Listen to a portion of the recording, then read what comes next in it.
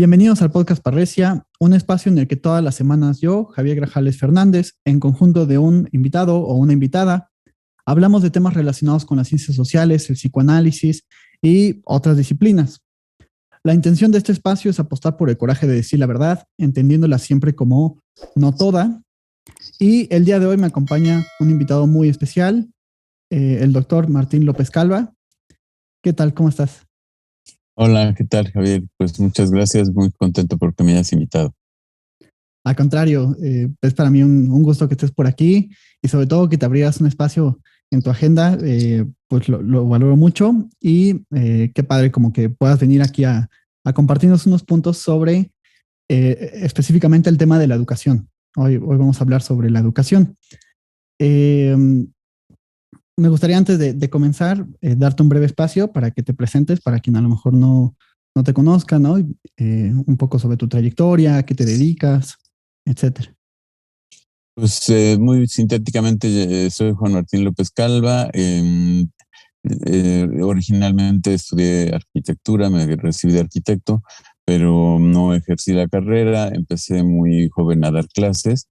Tengo ya, pues casi, voy a cumplir ya 40 años el año próximo de haber empezado a dar clases, primero a nivel bachillerato, después ya en licenciatura y posgrado.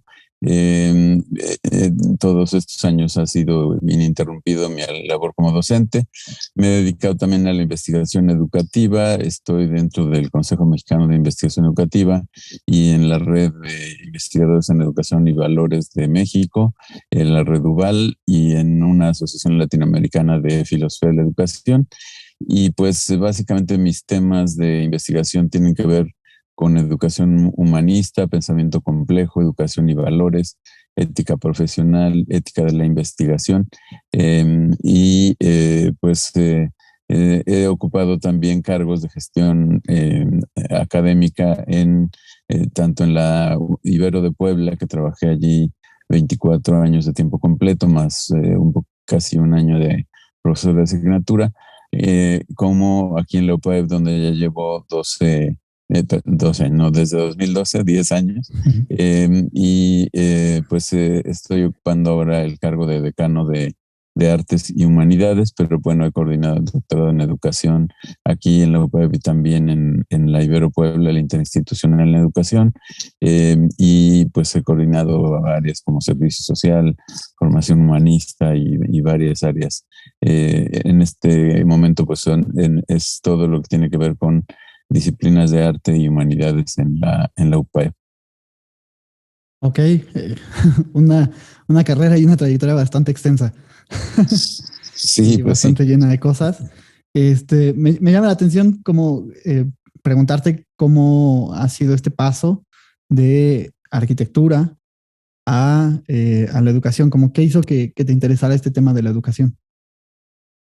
Pues mira, yo siempre digo que de pronto uno elige la carrera o elige el área de trabajo y en otras ocasiones más bien pues es el área a la que lo elige a uno.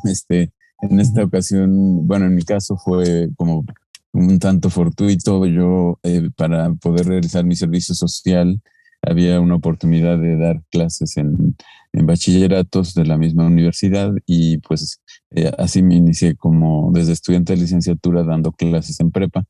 Y pues como que ahí fui encontrando la vocación, me fue gustando y me fui pues digamos involucrando cada vez más en lo educativo, pues al grado de que cuando me titulé de arquitecto ya no, pues no me gustó el trabajo propiamente de aplicación de la carrera y pues me decidí dedicar al educativo. Di clases por algunos años, 2, 3 años en nivel bachillerato y secundaria y en algunas instituciones particulares y después tuve la oportunidad de ingresar a la Ibero a estudiar un diplomado en docencia universitaria y entonces allí pues de allí ya me invitaron a dar clases en las licenciaturas de la Ibero en el área de diseño que era la más cercana a arquitectura que tenían en ese momento porque no existía en ese momento arquitectura en la Ibero, y después me contrataron ya en el área de formación humanista y pues ahí fue donde me fui metiendo al tema, me fue como gustando y me fui involucrando cada vez más en estudiarlo y envolverlo pues mi tema de investigación. De hecho, en el SNI pues estoy en el área de humanidades y ciencias de la conducta y en las líneas que ya mencioné de humanismo, educación, y sobre todo ética, valores en la educación. Excelente. Bueno, sabemos, por ejemplo, que dentro del psicoanálisis, el psicoanálisis y el humanismo, pues son dos corrientes distintas, ¿no? Dos enfoques, dos maneras de mirar diferentes las cosas. Por ejemplo, en psicoanálisis está esta cuestión de pensar la educación como uno de los tres imposibles que designa Freud en análisis terminable e interminable. Nos dice la educación es uno de los tres imposibles junto a la terapéutica y a gobernar, porque hay como algo siempre de la pulsión que impide el logro de la educación. La pulsión no se deja educar, no se somete, sino que siempre es algo como que retorna y retorna de manera traumática para el sujeto. No sé tú desde el humanismo, cómo lo pienses. Me gustaría como que lo explayaras, cómo piensas la educación. Y bueno, a lo mejor ese punto también, ¿no? Claro, no, pues a mí realmente me han iluminado mucho en esta línea de tu pregunta, el haberme decantado por dos grandes autores que no son propiamente pedagogos, sino más bien filósofos o pensadores, diría yo, porque ni siquiera se les puede ubicar solo en la filosofía, como Bernard Lonergan, un jesuita que hizo trabajo sobre economía, sobre teología, sobre filosofía, teoría del conocimiento, básicamente. Algo de ética y antropología, y como Edgar Morin, que pues muchos lo consideran sociólogo, pero él mismo dice, no encuentro el límite entre lo sociológico, lo psicológico, lo filosófico, lo antropológico, como que más bien hay que pensar los problemas desde todos los ángulos. Y tanto uno como el otro, pues no niegan esta parte de las pulsiones, ¿no? Por ejemplo, Lonergan habla de que la estructura de la conciencia humana, que es la base de su teoría del conocimiento también de su ética, es una estructura, digamos, que tiende a conocer lo verdadero y que tiende a conocer lo valioso, digamos, a elegir lo valioso, pero que tiene sesgos, que llama él, ¿no? O prejuicios o desviaciones que tienen algunas que ver con las pulsiones. Él incluso trabaja un poco a Freud cuando describe lo que él llama el sesgo dramático de la conciencia. Él dice que muchas veces hay elementos de tipo psicológico que hacen que tengamos puntos ciegos en nuestra conciencia y que haya cosas de las cuales no tengamos experiencia, no nos generen preguntas, no podamos entender, no podamos reflexionar ni decidir porque está ahí como una especie de ceguera, ¿no? Y lo mismo pasa a nivel grupal a veces o por clase social, ¿no? Como que hay una ceguera grupal que te impide el aprender o el desarrollarte plenamente.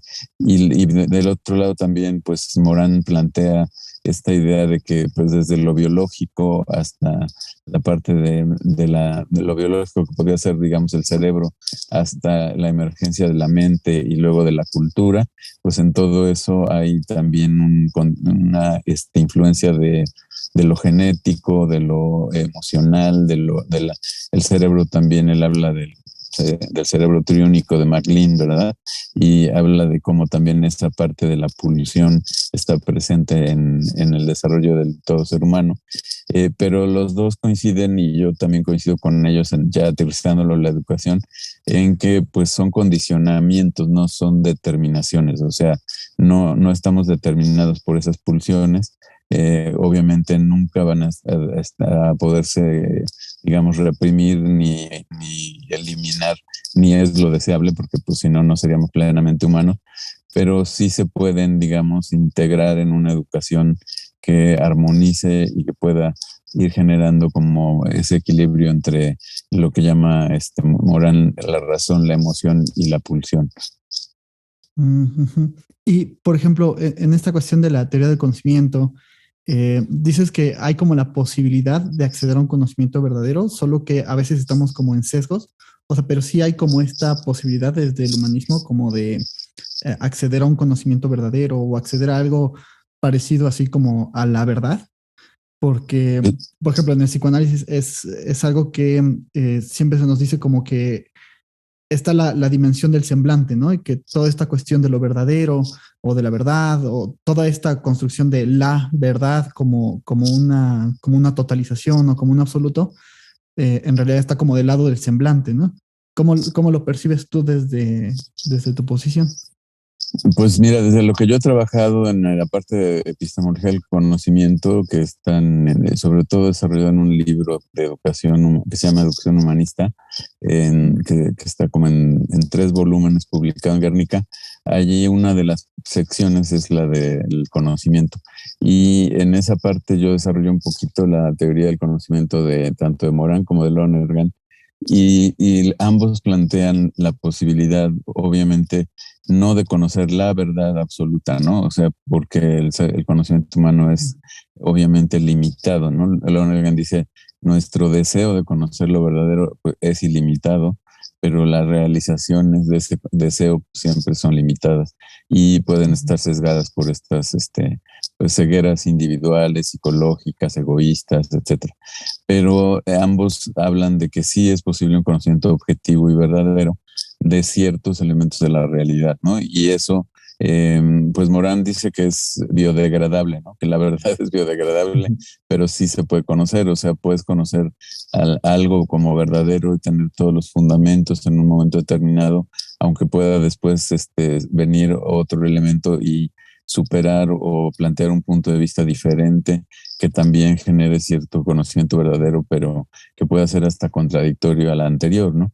Y Lonergan habla lo mismo, ¿no? Él dice el conocimiento al que podemos aspirar los seres humanos, pues es al llegar a un juicio que él llama virtualmente incondicionado, es decir, todas nuestras afirmaciones verdaderas tienen condiciones, pero cuando se cumplen esas condiciones podemos afirmar que eso es verdad. Y cuando no se cumplen las condiciones, pues no podemos afirmarlo, pero sí podemos afirmar juicios verdaderos, no la verdad, digamos, no conocer la verdad absoluta, ni la verdad total, porque pues, la verdad es respectiva, tiene muchos ángulos de relación y de puntos de vista distintos, pero sí podemos desde un cierto ángulo llegar a juicios verdaderos sobre la realidad. Esa es la postura que llama Lonergan realista crítica y que yo pues he asumido en la parte educativa. Hay también como en este realismo crítico, valga la redundancia, una crítica al realismo ingenuo, ¿no? Que no sé cómo lo Exacto. percibas, pero creo que actualmente predomina bastante en las universidades, en los artículos científicos, etcétera, en la transmisión incluso de la ciencia, todo este predominio de las corrientes positivistas, etcétera, ¿no? ¿Cómo lo percibes tú? Sí, pues realmente la modernidad como que lo que hizo fue de impulsar esta visión del realismo ingenuo, como esta idea de que la realidad es lo que está ahí afuera y lo que podemos percibir con los sentidos y lo que podemos observar, medir, cuantificar, evaluar. En realidad, Lonergan dice que la realidad no es accesible a los sentidos porque tiene que haber un proceso complejo. Los sentidos solamente captan, digamos, información y hay que procesarla intelectualmente y hay que cuestionarla críticamente y hay que buscar pruebas, verificar, tratar de fundamentar para llegar a atreverse a hacer un juicio digamos, prudencialmente verdadero, ¿no? De decir, de este fenómeno puedo afirmar esto hasta donde he llegado, ¿no? Porque nunca podemos afirmar pues la totalidad de que conocemos ya un fenómeno en todas sus dimensiones, ¿no? Pero sí creo que la modernidad impulsó mucho esta idea del realismo ingenuo, ¿no? La realidad es lo que está afuera, lo que podemos percibir, y por eso mismo hoy también pues está cuestionando con esto del metaverso y de toda la realidad virtual y la parte de las tecnologías, pues el decir, pues es que entonces ya no hay realidad porque pues las realidades virtuales no las podemos tocar ni podemos verlas, ¿no? No están ahí afuera para que las podamos nosotros palpar. Y por eso se piensa que entonces ya no tenemos acceso a la realidad, porque creo que se parte de ese realismo ingenuo, no de un realismo crítico. Claro, igual, por ejemplo, sé que Heidegger plantea que la postura de Descartes, que es como la que viene a impulsar todo este pensamiento, ¿no? De existen objetos en el mundo que son susceptibles a nuestro conocimiento, eh, plantea una ontología, ¿no? De están los objetos en el mundo, nosotros somos sujetos y nos relacionamos con esos objetos encontrando su verdad interna a través de un lenguaje neutro, etcétera, ¿no? Y parecieran como ignorar que todo conocimiento está también mediado o regulado por el lenguaje y por toda una serie de dramas subjetivos, ¿no? Una vez un amigo me decía que me dice, la ciencia desconoce los dramas humanos. Y yo le respondía, sí, pero también podríamos plantearlo a la inversa, ¿no? Los dramas humanos desconocen también todo papel de la ciencia y predominan, y a lo mejor como lo planteas, como ciertos sesgos, ¿no? De nuestro conocimiento o cierta limitación incluso. Exacto.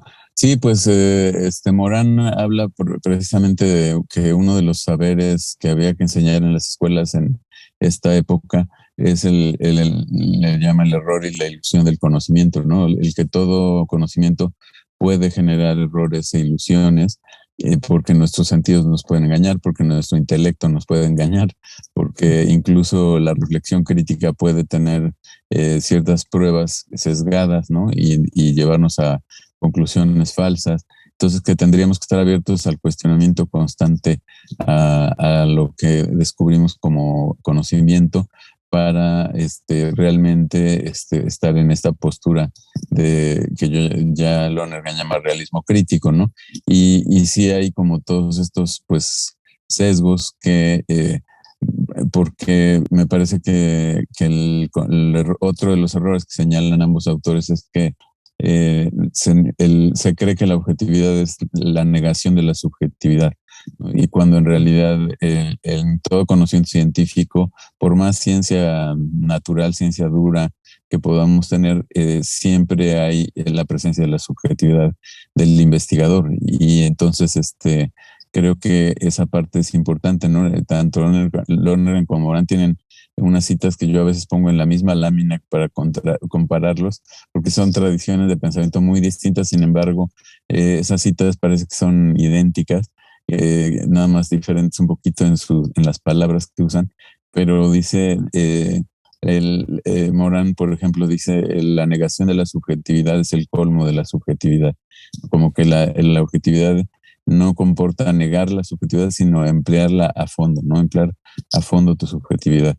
Entonces creo que sí, pues esa dialéctica de subjetividad, objetividad, que se planteó desde la modernidad como si fueran cosas distintas y separadas, me parece que es falsa, ¿no? Como que hay una dicotomía que no existe, pero sí daña mucho y está muy presente en la actualidad, porque realmente no creemos lo que no podemos ver, oír, tocar, palpar, y además no lo cuestionamos, y además hoy está el asunto de pues las narrativas, ¿no? Más bien no existe lo verdadero, sino pues existen diversas narrativas, diversas formas de decir las cosas sobre el mundo, pero todas son válidas, ¿no? Todas son igualmente válidas.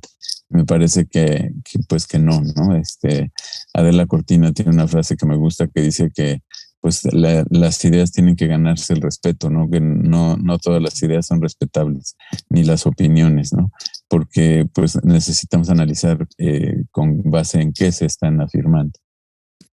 Claro. Y bueno, ahí me hiciste recordar un texto de Hammersley y Atkinson, donde precisamente critican los dogmas del positivismo, donde critican precisamente esto del lenguaje neutral, el establecimiento de leyes universales, etcétera.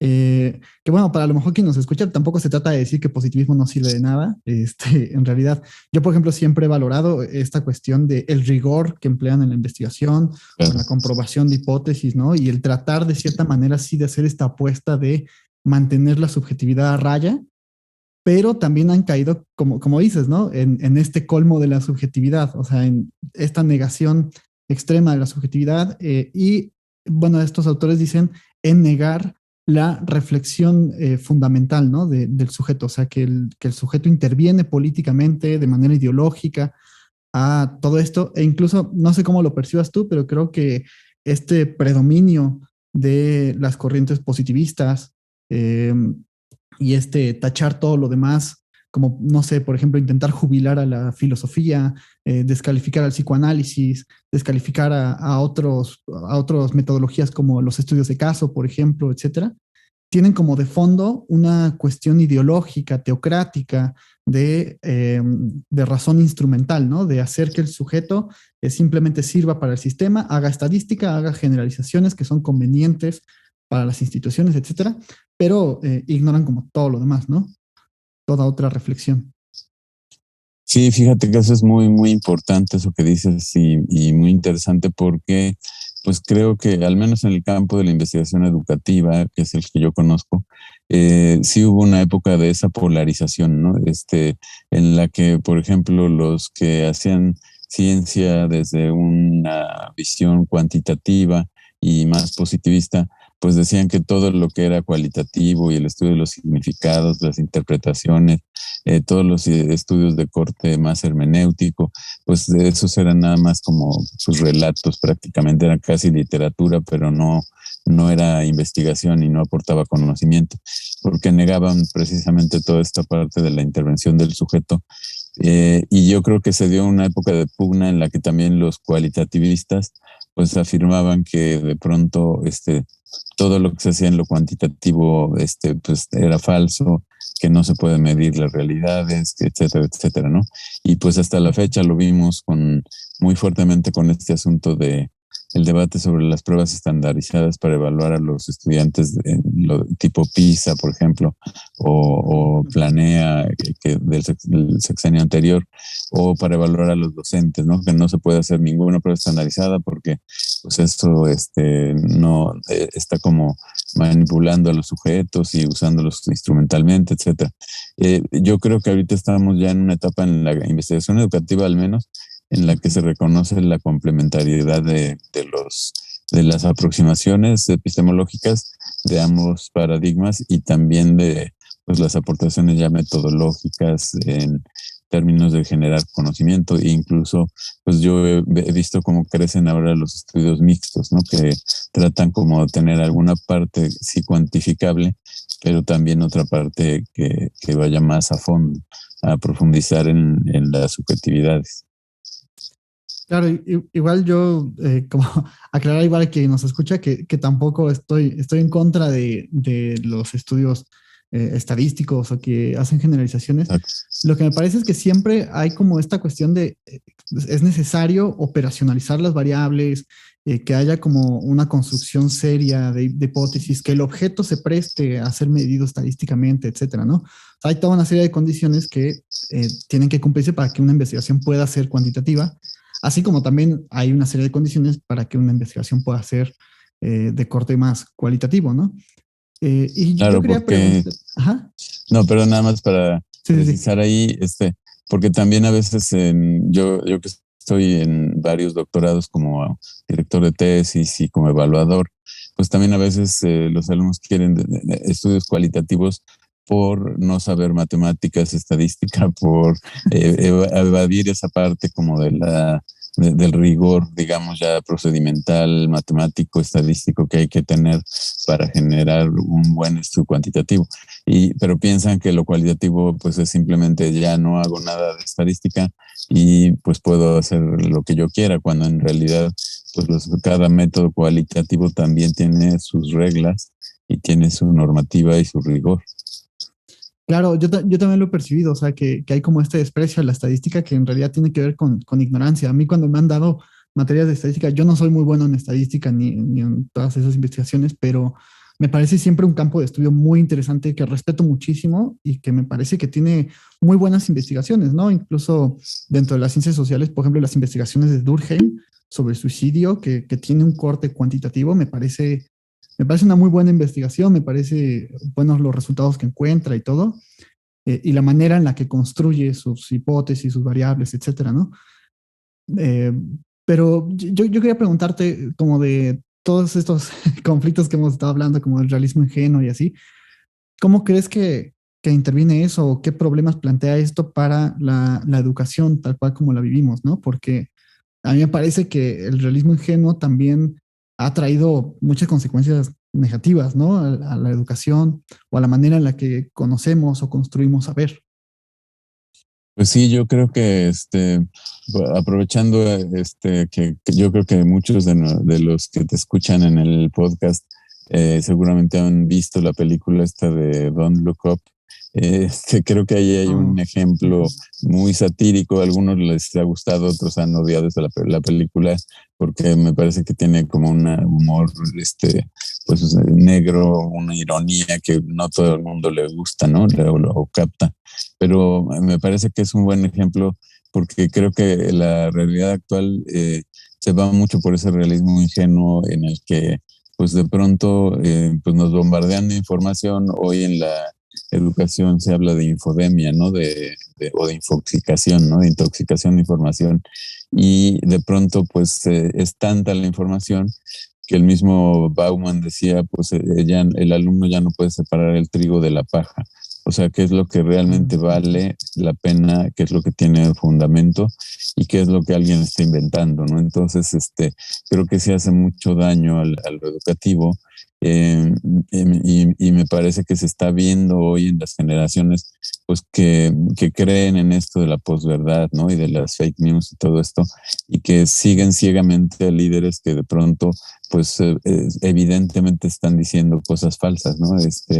Me parece, estaba yo escuchando un podcast este fin de semana y hablan el ejemplo de un joven, pues que salió un día en Washington y vio a unos manifestantes trumpistas, digamos, seguidores de Donald Trump, y con todas las teorías estas del complot y del negacionismo de la ciencia y de pues que la Tierra es plana, de que no existe el COVID, etcétera, etcétera, y que a él se le ocurrió poner una cartulina que decía los pájaros no existen, pero luego lo llevó más allá y creó incluso una página web con toda una teoría donde decía que todos los pájaros en realidad eran drones que controlaba una mafia internacional para poder tener vigilada toda la población, así. Y lo sorprendente es que en el podcast dicen que esta página tuvo miles y miles de seguidores en muy pocos días, ¿no? Entonces, y gente opinando que sí, que era cierto, que los pájaros no existían, etcétera.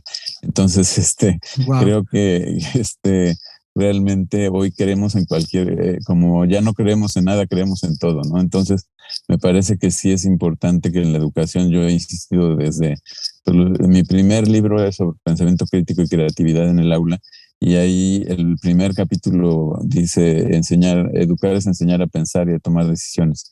Yo sigo sosteniendo eso, yo creo que lo he ido desenvolviendo a lo largo del tiempo, pero si me preguntas esencialmente qué se necesita hoy en la educación, pues yo creo que es gente que piense por sí misma, que pueda realmente discernir lo que es paja de lo que es trigo, en lo que vale la pena de lo que no vale la pena en toda la información que le llega, y que pueda aparte tomar buenas decisiones para construir junto con los demás alternativas para transformar el mundo, ¿no? Que tiene tantos problemas de violencia, de pobreza, desigualdad, exclusión, racismo, machismo, etcétera, etcétera, ¿no? Entonces, creo que pues sí nos está haciendo falta mucho eso y es consecuencia, yo creo que sí, del realismo ingenuo que está predominando, ¿no? De que, bueno, todas las opiniones son válidas, entonces al alumno no se le puede corregir un comentario sobre un tema porque pues entonces se supone que se está yendo en contra de su persona, ¿no? Cuando en realidad pues, las ideas son debatibles, las personas obviamente se tienen que respetar, pero las ideas, como dice la cortina, se tienen que ganar el respeto. Ujú. Claro, igual como que el hecho de que un maestro trate de hacer una corrección a algún alumno que saca un argumento que tiene que ver más con sus creencias o que tiene que ver más con un cierto sesgo subjetivo, ¿no? Que me parece que es normal, no, no tendría que ser algo tampoco como Sí, que no se punible, espanten ni ¿no? nada, claro. O que nos espante, pero que es percibido como una ofensa incluso al alumno, como de, Exacto, o sea, le estás diciendo entonces que no sabe nada, que no sirve para nada, y es como, no, pero nunca es para nada ese el sentido, ¿no? Sino simplemente hacer una corrección sobre una cierta idea que lo está incluso confundiendo, ¿no? Lo está exacto. confundiendo epistemológicamente, lo está confundiendo para hacer una buena investigación o yo qué sé, ¿no? O cualquier otra cuestión o simplemente pensar un problema. Yo me quedo pensando, por ejemplo, en las redes sociales. El realismo ingenuo me parece muy peligroso porque aparece una foto de una noticia y entonces nos dicen, acá en esta foto lo que pasó eso, ¿no? Y aparentemente en la foto se corrobora esa información, pero como no hay toda una filosofía crítica detrás, como decir, a ver, no sé, por ejemplo, ahorita que estamos grabando acá, hay algo que no aparece en la cámara, ¿no? Y eso que no aparece en la cámara puede ser determinante para que lo que esté pasando sea distinto a cómo se le está dando una lectura. Claro, y a veces incluso se reproducen fotografías de otros contextos, fotografías de años anteriores, y se les pone una explicación como si fueran de un evento que acaba de ocurrir, ¿no? Entonces, sí se puede manipular mucho la información con estas nuevas tecnologías, y por lo mismo, pues también pues crear esta confusión, ¿no? En la que ya pues el llamado sesgo de confirmación, ¿no? Donde tú realmente crees lo que confirma tus propias convicciones, tus propias ideas, tus propios sentimientos, y todo eso lo reproduces sin haber una mediación crítica, ¿no? De decir, a ver, ¿será cierto o no será cierto? ¿Tiene cierta evidencia o no? ¿La persona que lo está diciendo tiene una fuente seria o son fuentes no confiables, etcétera, ¿no? Entonces creo que todo eso, pues sí, tendríamos que irlo combatiendo desde la educación.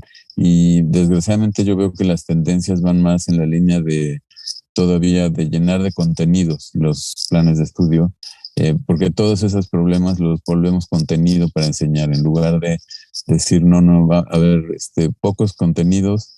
Eh, Ahora hablan mucho del movimiento de ralentización del aprendizaje, de generar la educación lenta, digamos, porque creo que dos defectos son excesiva cantidad y por lo tanto mucha velocidad para el proceso de enseñanza-aprendizaje. Entonces, pues el alumno no alcanza a asimilar ni a integrar todo.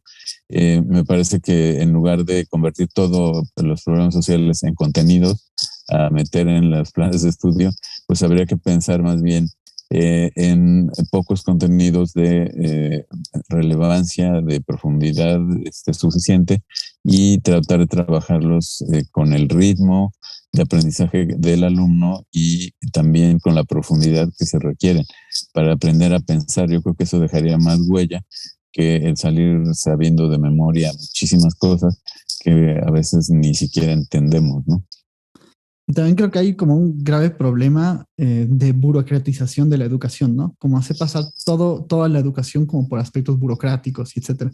Hay un texto de Mark Fisher que se llama Realismo Capitalista, en donde me gusta cómo revela las cosas, ¿no? Porque dice, el profesor incluso está presionado por tratar de satisfacer a este otro con O mayúscula, que a lo mejor para quien no comprenda por qué con O mayúscula, pues tiene que ver con un otro que no tiene carne, un otro simbólico, un lugar de la palabra, ¿no? Una institución que vigila, etcétera, ¿no? Y que está constantemente intentando satisfacer las demandas de este otro simbólico, ¿no? Y que eso dificulta su trabajo precisamente como en la transmisión o en dar una clase o transmitir un saber, etcétera, ¿no?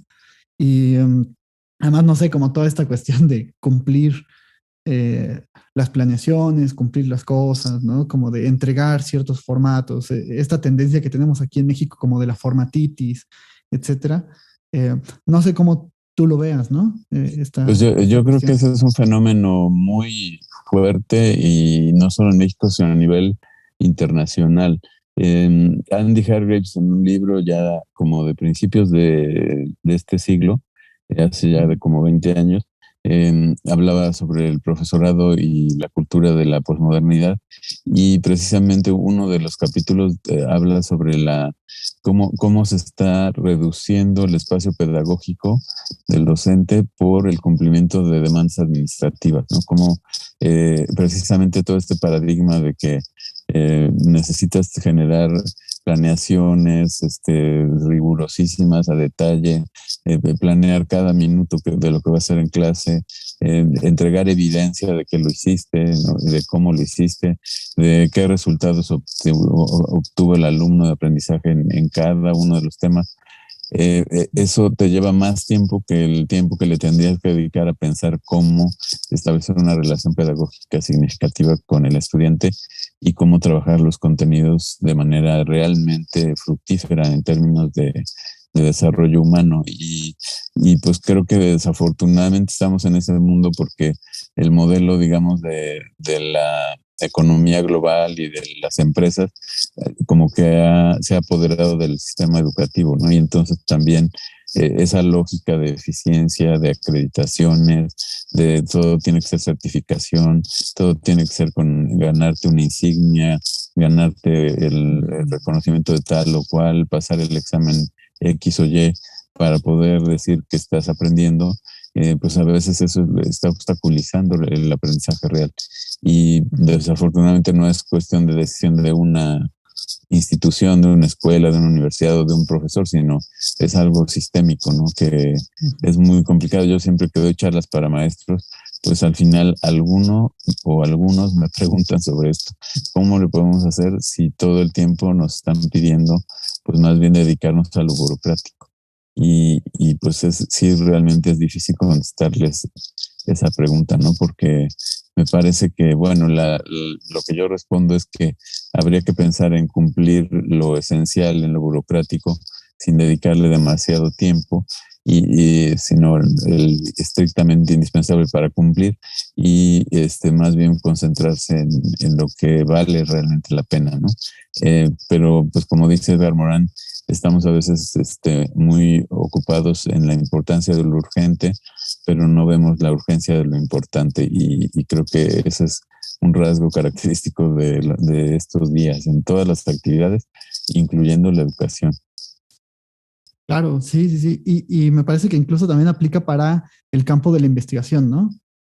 Como Claro, que hoy lo sí, que sí, hoy producir. producir, producir, tienes que escribir, entregar artículos, no importa de qué hables, ni cómo lo hables, ni nada, con que esté bien citado, con que tenga el formatito bien, ¿no? Y que no es una culpa de los investigadores, es decir, yo mismo he estado como en esa dinámica porque a veces hay que entregar un escrito, hay que hacer un artículo, te invitan a escribir algo y por supuesto que siempre es halagador y por supuesto que siempre se agradece, ¿no? Pero ha habido como una tendencia, a lo mejor sistemática, estructural, también como de que hace que esta producción científica no se logre más que en un aspecto burocrático, ¿no? Y que dificulta también eh, la producción de un conocimiento, que a veces vemos que incluso uno publica un artículo y lo leen tres personas, pero está en Latindex o está en Redalic o algo así, y entonces dices, wow, ¿no? Qué buen artículo, pero no trasciende, no toca a nadie, ¿no? No permite que el pensamiento se movilice o etcétera, ¿no? Incluso un poco la intención del podcast, yo me he dado cuenta que llego más con el podcast que si escribiera un artículo y lo publicara en una revista de prestigio, ¿no? O sea, Exacto. porque ha habido como ciertas problemáticas ahí estructurales y sistémicas que no permiten esto, ¿no? Que esto se logre. Es que como que ya también la investigación se volvió una industria, ¿no? Y entonces está este famoso hecho de publicar o perecer y de que pues te miden para el Sistema Nacional de Investigadores y para todos los sistemas de acreditación, pues por número de trabajos, ¿no? Y entonces eso genera pues esta como prisa de estar produciendo y produciendo y a veces eso también genera, yo lo he abordado en algunos trabajos, genera ciertas conductas éticamente cuestionables o conductas no éticas por cumplir con el número de publicaciones, pues de pronto la autoría inapropiada, ¿no? El trabajar, por ejemplo, en equipos de 3, 4 personas, cada quien hace un artículo, pero a los 4 artículos les ponemos el nombre de todos para que, en diferente orden, ¿no? Para que se vea que tuvimos 4 productos y no uno. O esto de las revistas de alto impacto, muchas de ellas que ya cobran por publicarte, pero pues el alto impacto es en la industria, pero en realidad son las de menos impacto a nivel, por ejemplo, en educación, pues las de menos impacto si las vemos en términos de a cuántos profesores o directores escolares realmente les llega un artículo de esas revistas, ¿no? Que también muchas veces hay que pagar por tener acceso a esos artículos, ¿no? Entonces, pues acaba siendo esta lógica de que decía la China Mendoza respecto a los literatos, que pues los dos autores favoritos eran Teleo y Melés, ¿no? Porque en realidad solamente entre escritores se leían, y creo que entre investigadores pasa lo mismo, nos leemos nosotros, entre nosotros, pero pues ¿cuándo nos va a leer un profesor de una escuela rural, por ejemplo, que es el que más necesita el conocimiento? Yo creo que por eso los esfuerzos como este podcast, como algunos programas de radio que le dedican espacio a estos temas, publicaciones más de divulgación, como más accesibles, o incluso textos que a lo mejor no se valoren tanto en la parte de la acreditación o evaluación de investigación, pero que tengan pues mayor alcance, y sean más accesibles, pues creo que son los que realmente valen la pena. Claro, claro. Aunque no podemos estar fuera del juego, ¿no? También de publicar en ese Sí, tipo de revistas y todo eso, ¿no?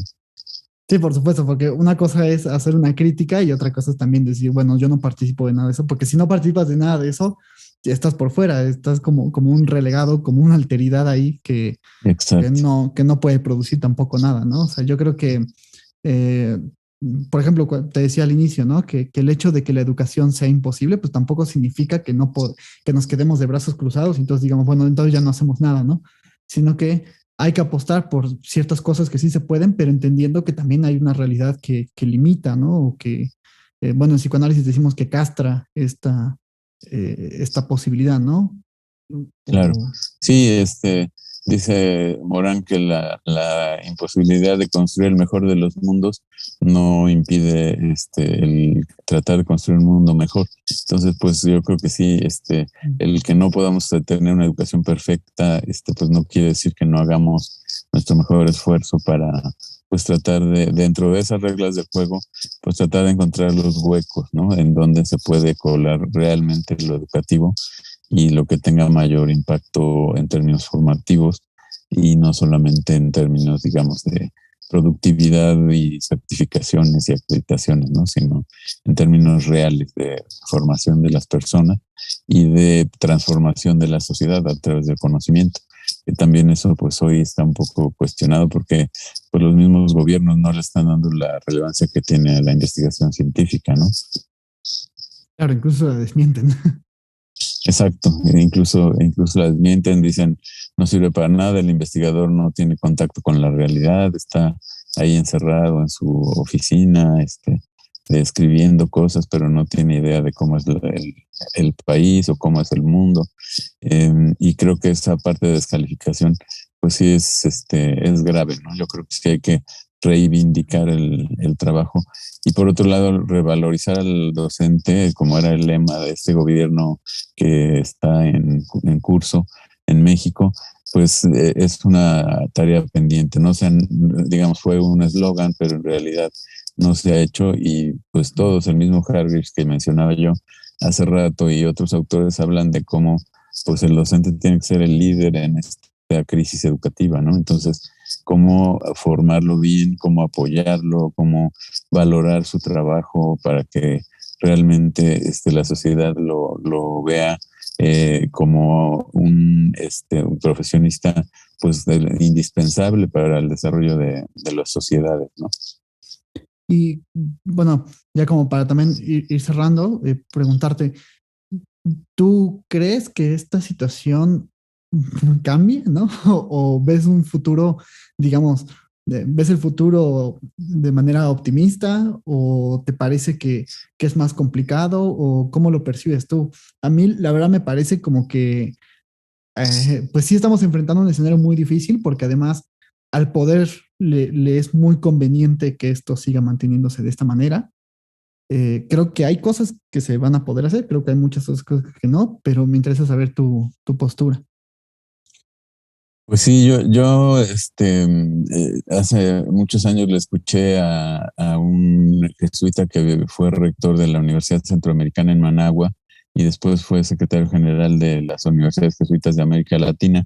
Él era un doctor en economía y decía, yo le escuché decir que la educación es la profesión de la esperanza, ¿no? Y entonces a mí me parece que pues eso es importante. Yo lo he defendido siempre, decir, la educación es la profesión de la esperanza, no perdamos la esperanza de que sí se puede hacer cambio, pero al mismo tiempo distinguir eso del optimismo, ¿no? Porque me parece que Václav Havel tiene razón porque cuando dice la esperanza y el optimismo son diferentes porque el optimismo es pensar que todo va a salir bien y la esperanza es pensar que lo que hacemos tiene sentido aunque produzca los resultados que produzca, ¿no? Entonces, yo creo más bien pues en la esperanza más que en el optimismo, porque yo más bien me defino como pesimista con esperanza, porque sí creo que realmente hemos, digamos, no hay muchos elementos en la realidad actual como para pensar que las cosas pueden cambiar, al menos a corto plazo, ¿no?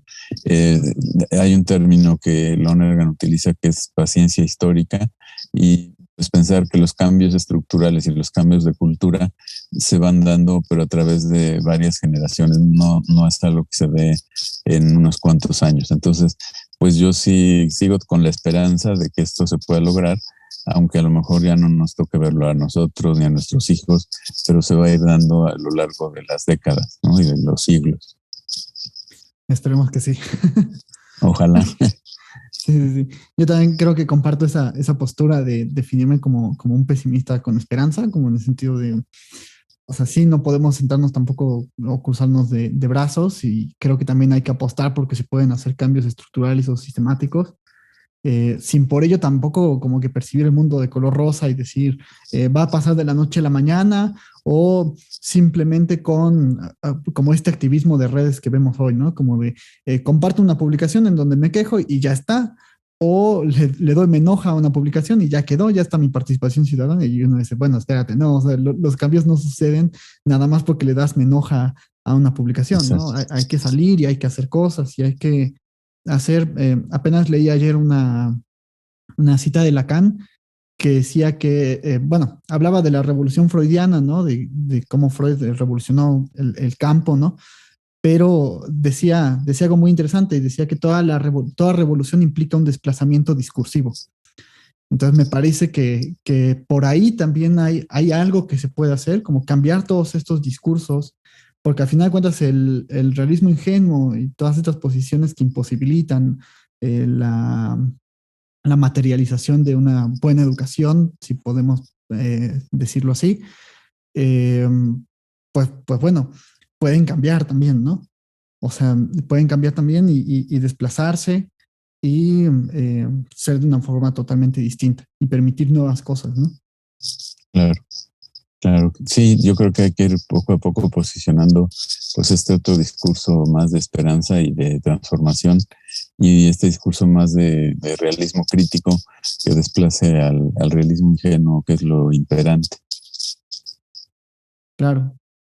Y pues bueno, yo creo que por mi parte como que son las preguntas que quería hacerte, que quería como que me dijeras, ¿cómo lo ves? A lo mejor nada más preguntarte, yo sé que había dicho que iba a cerrar con una última pregunta, pero preguntarte también sobre esta cuestión del bien, ¿no? Como de cómo interviene el bien en la educación para ti. Pues mira, yo creo que ahí Lonergan ayuda mucho a entenderla porque creo que es como, acabo de hecho de terminar un capítulo de un libro que espero que salga de nuestro seminario Lonergan, en donde trato ese tema como del bien en lo tridimensional. Yo creo que en la educación hay que pensar en el bien, primero pues como bien particular, ¿no? El que cada profesor en contacto con un estudiante o un grupo de estudiantes, pues está generándoles un bien y preguntarse qué tanto bien les estoy generando con la manera en que estoy yo trabajando con ellos para su propia construcción como personas, ¿no? Como seres humanos completos y no solo como empleados futuros del mercado laboral, ¿no? En segundo lugar, yo creo, y Lonergan eso también lo dice con todas sus letras, pues el sistema educativo es un bien de orden, o sea, es una estructura de operaciones, personas, instituciones, normas que están haciendo fluir educación para todos. durante todo el tiempo, ¿no? Porque no se necesita solo educación para algunos y durante un tiempo, sino que esto sea permanente. Y ahí es donde veo, digamos, en la parte del bien en particular, yo veo que hay muchos profesores muy bien intencionados que se tratan de preparar y que hacen muy bien con sus estudiantes. Pero en la parte del sistema educativo, como bien de orden, yo sí veo que hay más bien un mal estructural.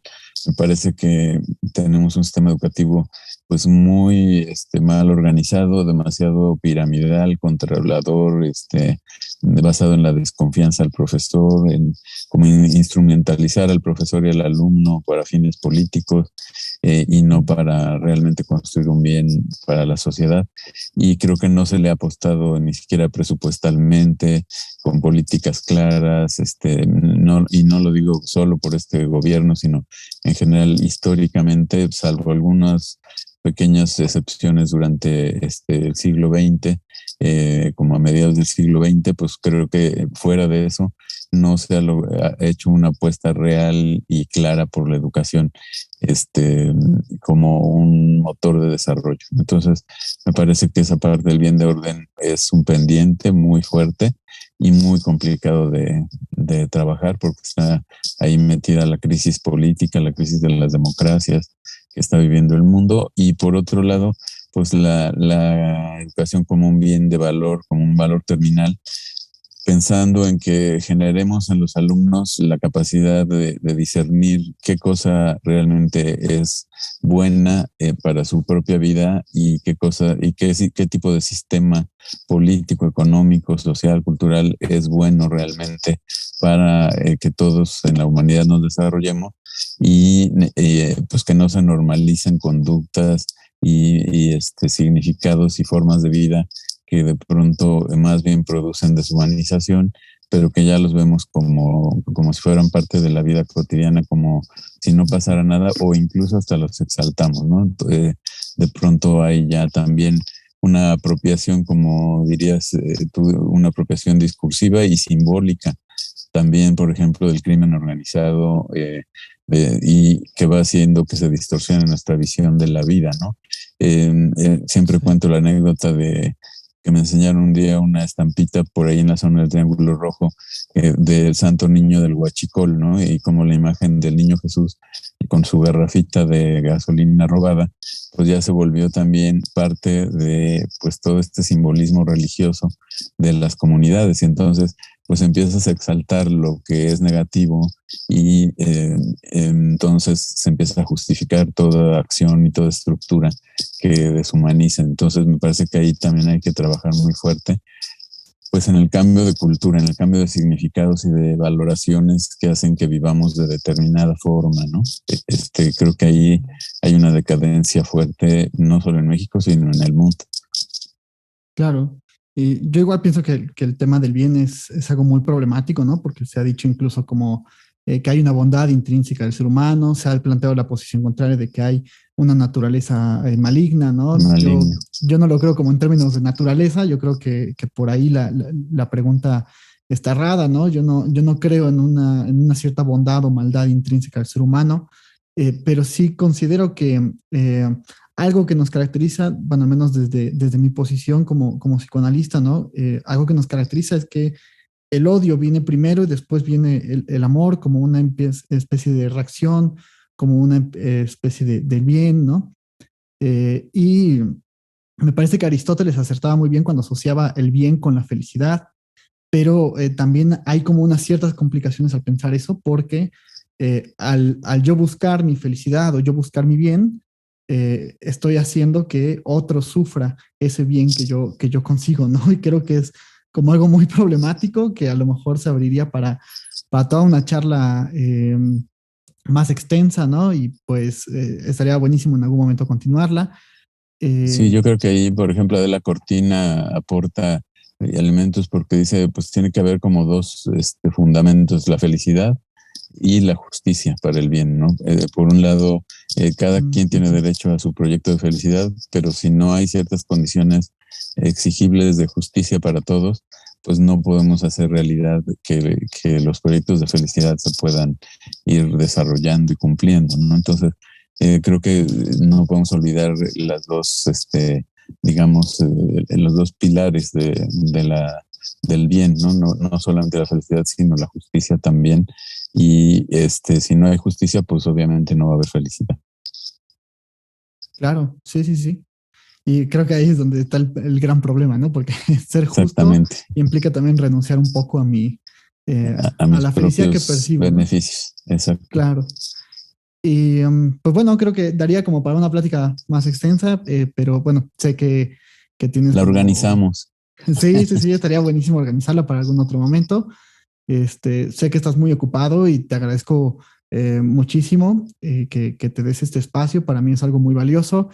Me encantó platicar contigo y tener sobre todo esta postura que es antagónica o que es diferente, pero que no por ello tiene que haber como una pelea o una discusión o etcétera, ¿no? Sino que precisamente a mí me parece que es importante siempre encontrar los puntos en común, unir, que las diferencias quizá del modelo humanista, psicoanalítico persistan, pero que también haya un espacio para que ambas puedan presentarse y toda la cuestión, ¿no? Y esa es la Dialogarse. intención siempre de este espacio y te agradezco muchísimo. Espero que te haya gustado participar por aquí y a la gente que nos está escuchando por Spotify o que nos está viendo en YouTube, agradecerle su suscripción al canal, que le den like a este video, que lo compartan con gente que crean que les pueda interesar. Y nada, te dejaría a ti la última palabra. No, pues muchas gracias por la invitación. Yo creo que pues sí queda abierta la opción para que programemos otra charla, quizá más ya sobre la ética en la educación, sobre el bien. Y pues agradecerte y agradecer a todos los que ven y escuchan este podcast por su atención y pues decir que sí necesitamos como pues reforzar nuestra apuesta por la educación para aspirar a un mejor país. Creo que es fundamental apostar por eso y pues formar a los formadores creo que es una tarea central en esta apuesta. Excelente. Muchísimas gracias y nos vemos el siguiente domingo con un video nuevo. Eso es muy bien, gracias. Gracias, igualmente.